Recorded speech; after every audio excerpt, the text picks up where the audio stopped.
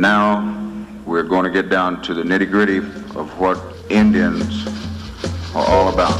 I still say we Indian people are believers in the truth. This is the way of life that was given to your people. You're born an Indian, you're going to die an Indian.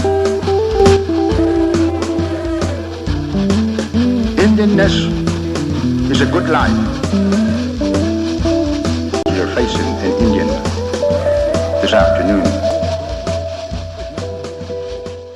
Good Saturday afternoon out there, everyone, and welcome to your number one source for Native American television news. It's Native News Today. I'm your host, Jason Salzman. As you can see behind us, very, very big day here at the Oklahoma State Capitol building in Oklahoma City, as it is Mvskoke Creek Nation Day. And we've got all kinds of departments out represented, Mvskoke Creek Tribe, and social services, education.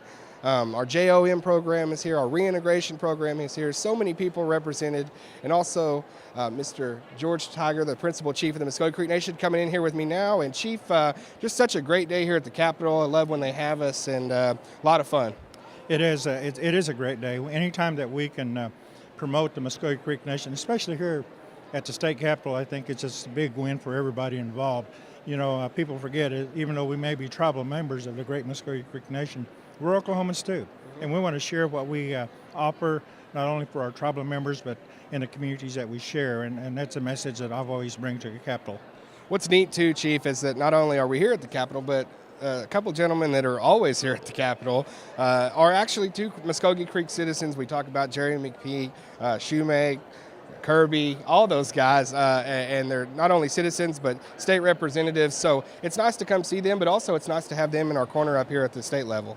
It really is. We have approximately 6 to 7 tribal members that are members of House, and on the Senate side, we have the Senate Pro Tem, Brian Bingham, who's a member of our tribe, and so we're really blessed at the Mvskoke Creek Nation to have good representation here at the state capitol.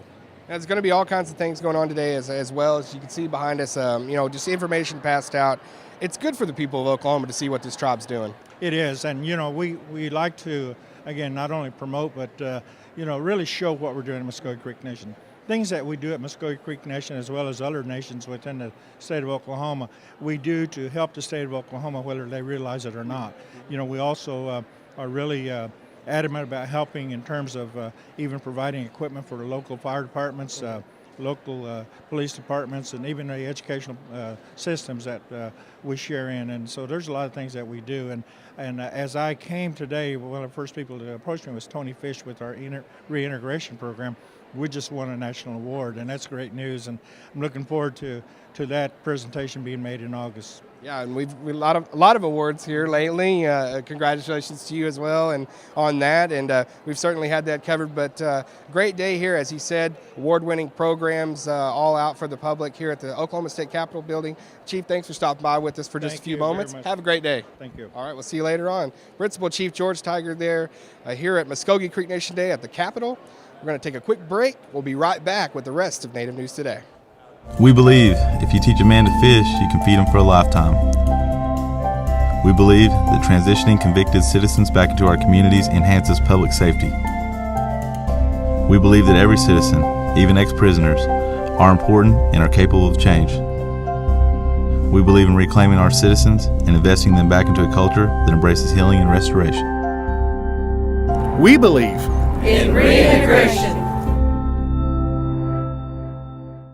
And welcome back to Native News Today. Again, we're here at the Mvskoke Creek Nation Days at the Oklahoma State Capitol building in Oklahoma City. Great day going on here.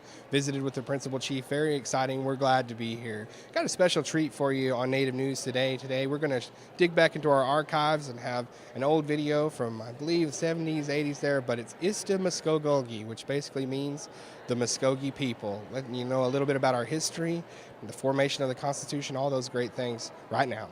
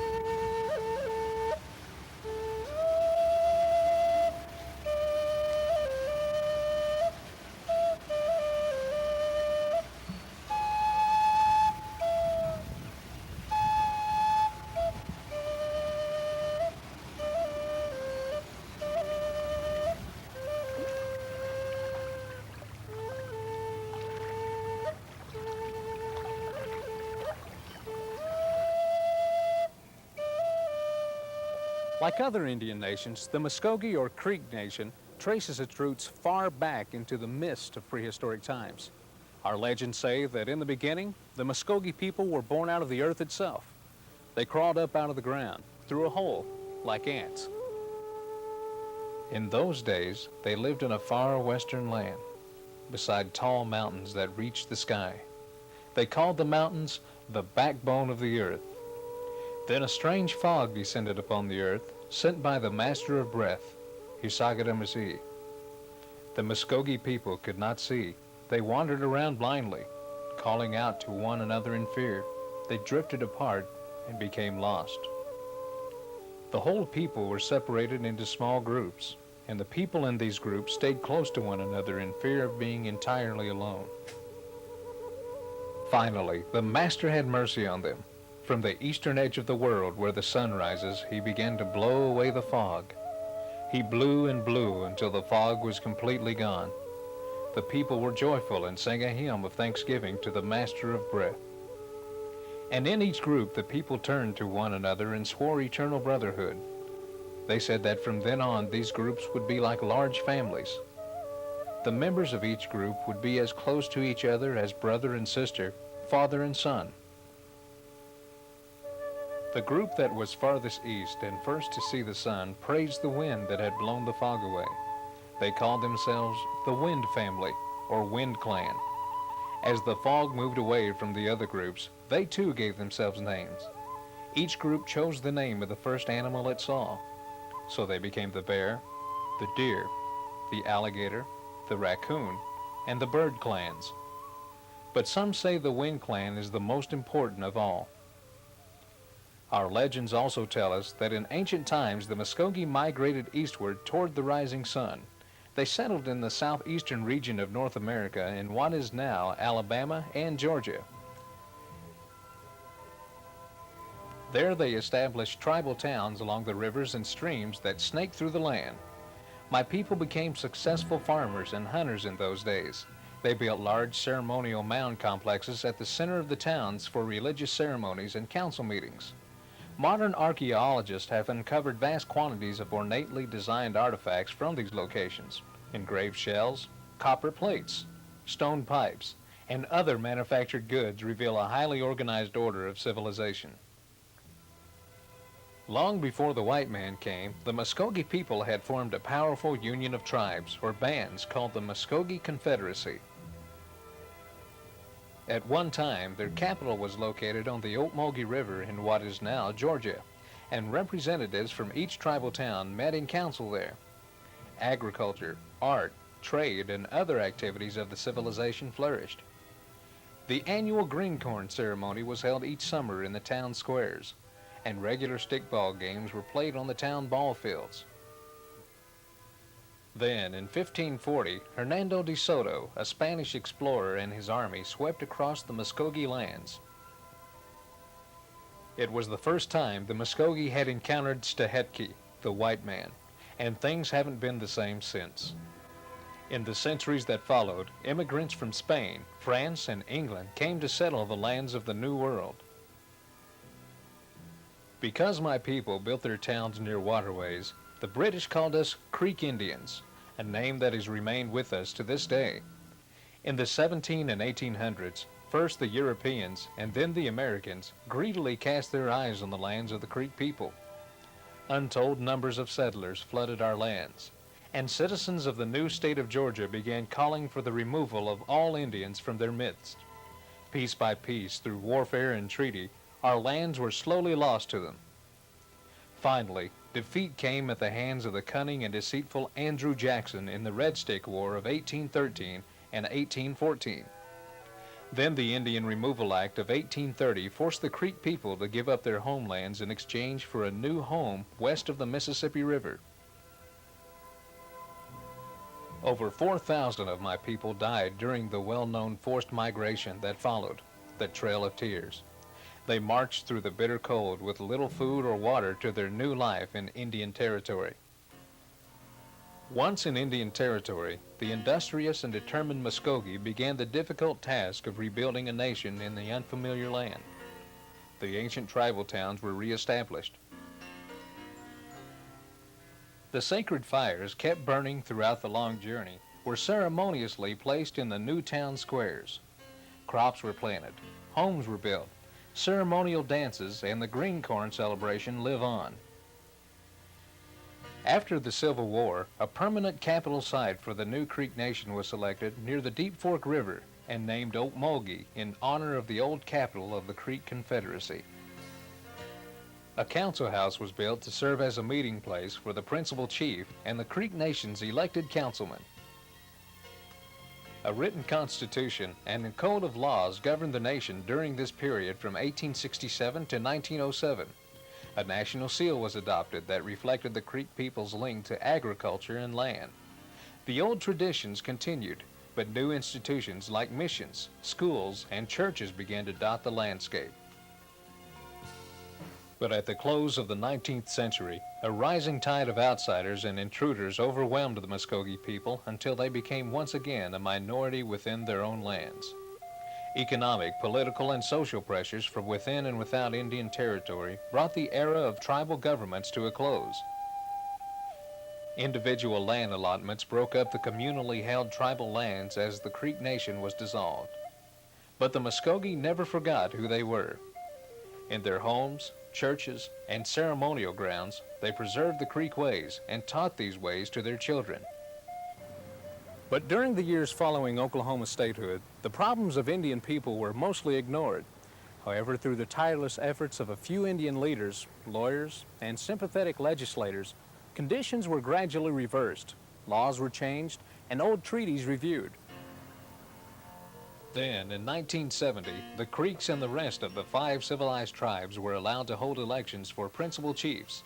For the first time in over 60 years, the Mvskoke people had a voice in choosing their leaders. Claude Cox was elected chief. He and a council of advisors began the difficult task of reestablishing the sovereignty of the Mvskoke Creek Nation. After studying the problems faced by Indian people, Chief Cox focused on improving the housing, education, employment, and health care for Creek people. In addition, he had the dream of someday making his people self-sufficient, able to pay their own way and make their own governmental decisions. Chief Cox and his advisors also knew that the tribal government needed a new set of rules to operate by, a new constitution for the nation. During a remarkable decade of development, tribal officials began resolving these challenges facing the Mvskoke people. Today, the Mvskoke Creek Nation has a revitalized tribal government. A new constitution ratified in 1979 guides tribal affairs. And the modern Creek Nation tribal complex houses the many offices and programs that benefit Indian people. The Creek Nation Housing Authority, the Solomon McCombs Office Building, the Dental Clinic, the IAP Building, the Indian Health Service, the General Administration Building, and the Independent Agencies Building, also known as the Mound. The Mound is modeled after an earthen lodge built by our people centuries ago in Georgia. That ancient mound was used during the days of the Mvskoke Confederacy as a meeting place for the National Council. This modern mound is used for the same purpose today, but also houses many support services and community services that aid Creek people. Across the street to the northeast of the complex lies the Creek Nation Elderly Housing Project, providing quality apartment living for Creek elders. In addition, improved housing for all needy Indian people is available through Creek Nation. Hundreds of low and moderate income Indian families now own their own homes thanks to the Creek Nation Housing Authority. And hundreds of other families are experiencing a higher standard of living because of Creek Nation's housing rehabilitation program. In healthcare, the tribe set a shining example which others have now followed. Creek Nation's healthcare delivery system was even featured in a nationally broadcast segment of the PBS program, Nova. And in the field of health, the Creeks have been the first tribe in the nation to contract with the federal government to run their own health facilities, a hospital and 4 clinics. Sophisticated diagnostic tests, such as ultrasound, are readily available to patients at the hospital. And if a treatment can't be provided here, the patients are driven to Tulsa, an hour away.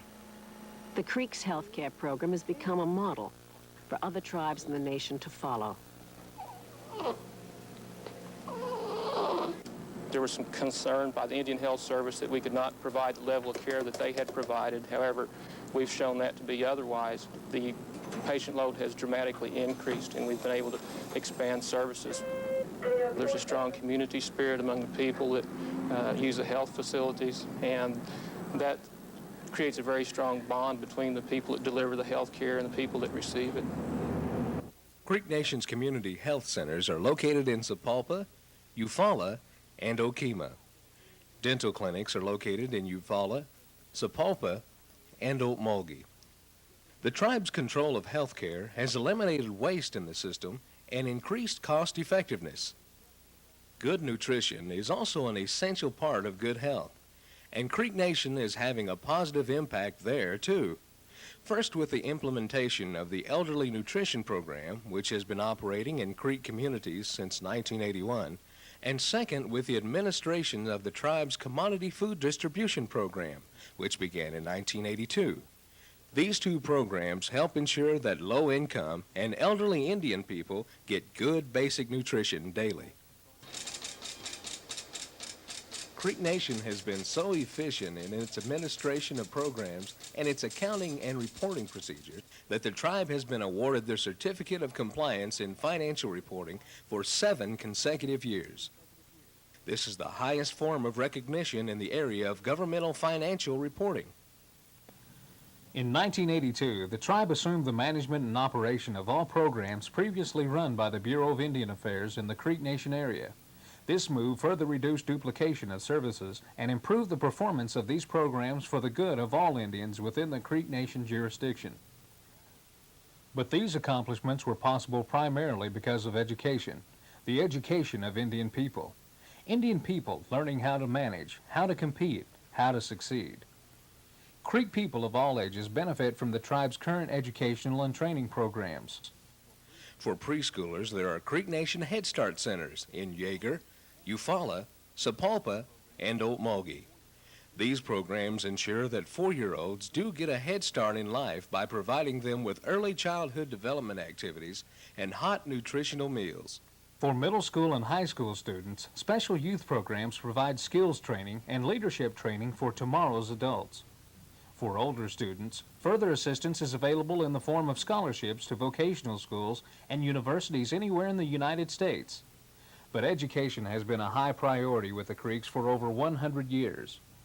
In Indian Territory days, the tribe built its own boarding schools, hired its teachers, and educated its youth to be successful in the white man's world. The Eufaula boarding school, once supervised by Alexander Posey, is the only reminder of that era. In modern surroundings with the latest educational technology, Indian students continue to receive an education that enables them to face the challenges of their times.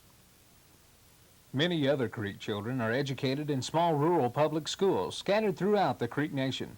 There they learn what it's like to compete in today's American society.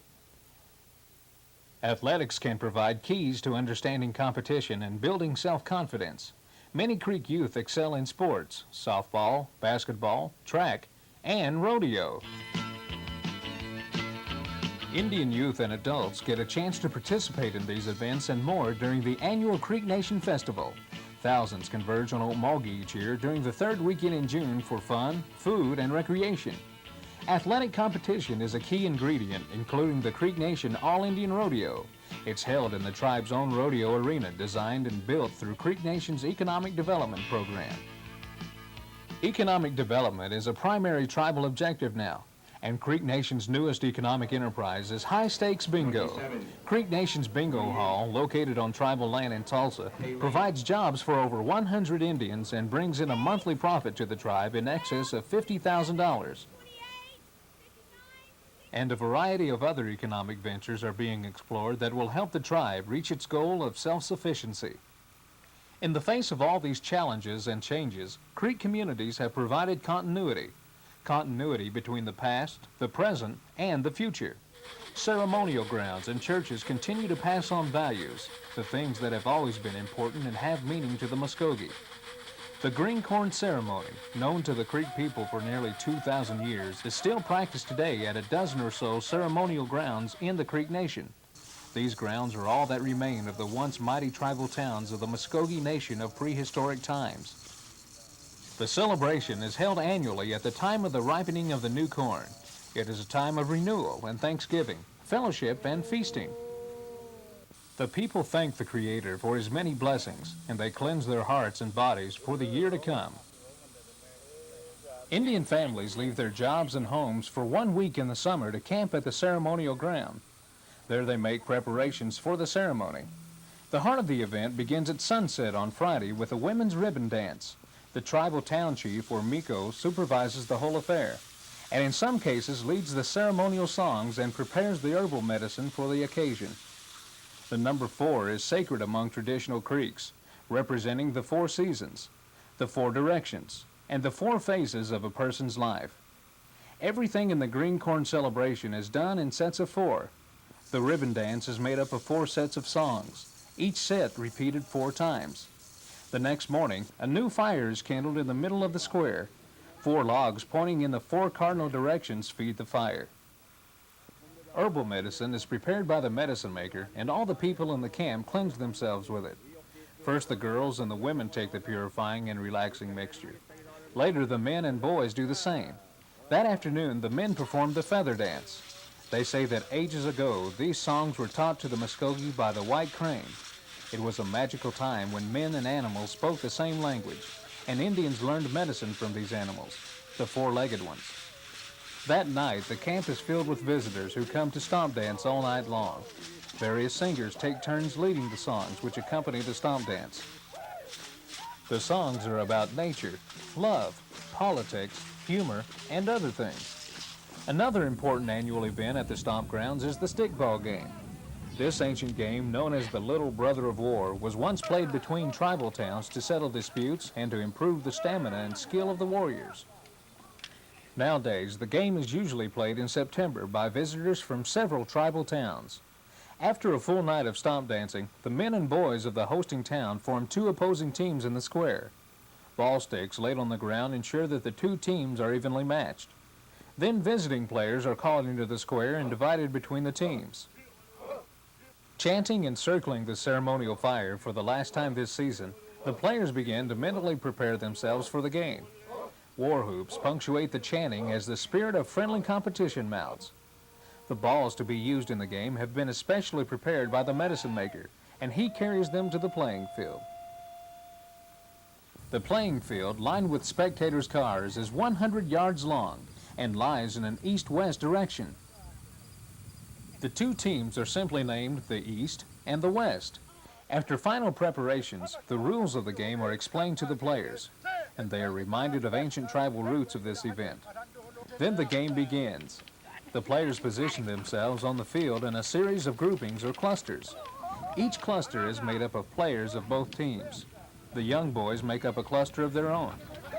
Each team's scorekeeper keeps track of his team's score with a bundle of sticks. The first team reaching 20 points wins the game.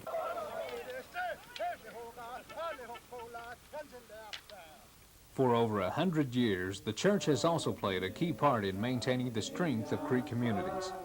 Over 70 little country churches, mostly tucked away from the outside world, provide guidance, comfort, and strength to the people.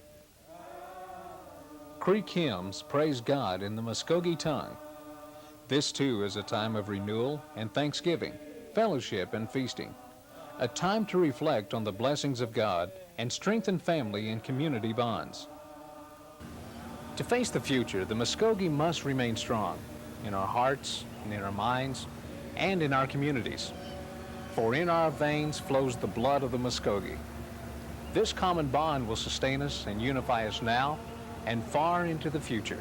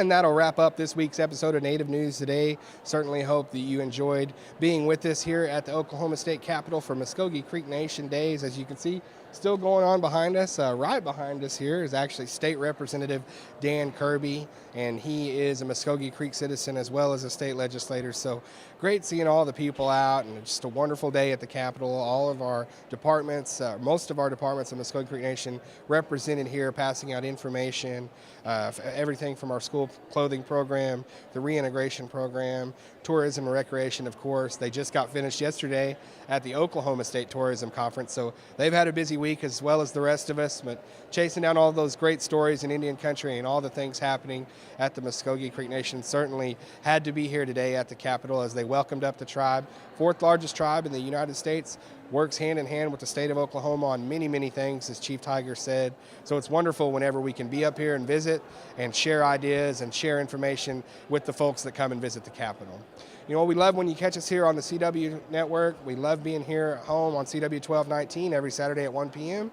And if you can't catch us here, you can always catch us online, our YouTube channel. You can go and search Native News Today, Mvskoke Creek Nation Communications, all kinds of information out there for you to utilize to receive our stories, to receive our episodes, as well as the Creek Nation homepage, www.mvskokenation-nsn.gov. Also, Twitter. Don't forget us on Twitter out there, keeping you guys advised on all the things going on throughout the week, whether it be, hey, we're at this story, we're traveling to Oklahoma City to highlight a softball player. We'll let you know about it so you don't have to wait till Saturday. You can kind of keep up with us on the Twitter feed. It's at Native News Guys. Also, check us out on Facebook. Search Native News Today. It'll take you right to our page, and you'll have us all over social media and as well as YouTube. So from here at the Oklahoma State Capitol building, we are certainly glad you're joining us today on Native News Today. We'll see you next week.